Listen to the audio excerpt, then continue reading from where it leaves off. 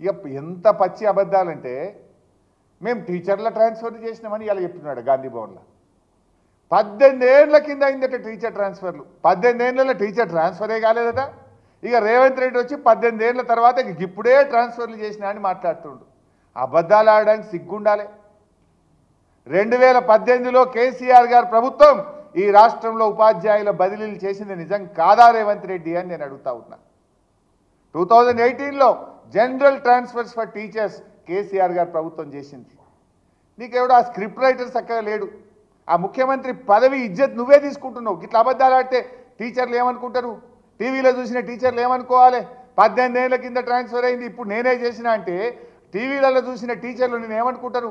నీ పరువు నువ్వు తీసుకున్నట్టు కాదా? నీ గౌరవం నువ్వు దక్కించుకున్నట్టు కాదా?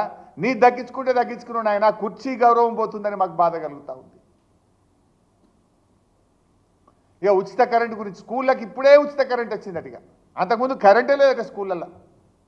అడుగుపోయి ఏ స్కూల్లో పోయి అడుగుతావో. అంతకుముందు కరెంటే లేదట, కంప్యూటర్లన్నీ మూలకు పడ్డాయట. ఇక ఇప్పుడు రేవంత్ రెడ్డి వచ్చే స్కూళ్ళకు ఉచిత కరెంట్ ఇచ్చిందట. కేసీఆర్ గారు ఉన్న అంతకుముందున్న ప్రభుత్వాలు స్కూళ్లకు గ్రాంట్ ఇచ్చిండ్రు, స్కూల్ హెడ్ మాస్టర్లు కరెంటు బిల్లు కట్టిండ్రు.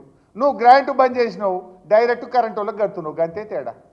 కేసీఆర్ స్కూళ్ళకి ఇచ్చిండు, స్కూల్ వాళ్ళు కరెంట్ బిల్లు కట్టిండ్రు. నువ్వు స్కూళ్ళకి ఇచ్చిండు, బంద్ పెట్టినావు, కరెంట్ వాళ్ళకి కడుతున్నావు. గాదానికి ఏదో నేనేందో ఉచిత కరెంట్ ఇచ్చినా ఇక గతంలో లేనే లేదు, ఇప్పుడే కొత్తగా స్కూళ్ళకి కరెంట్ ఇచ్చింది అన్నట్టు బిల్డప్ ఇవ్వబట్టివి నువ్వు. ఇవాళ ఇంకో విషయం మీరు చూశారు.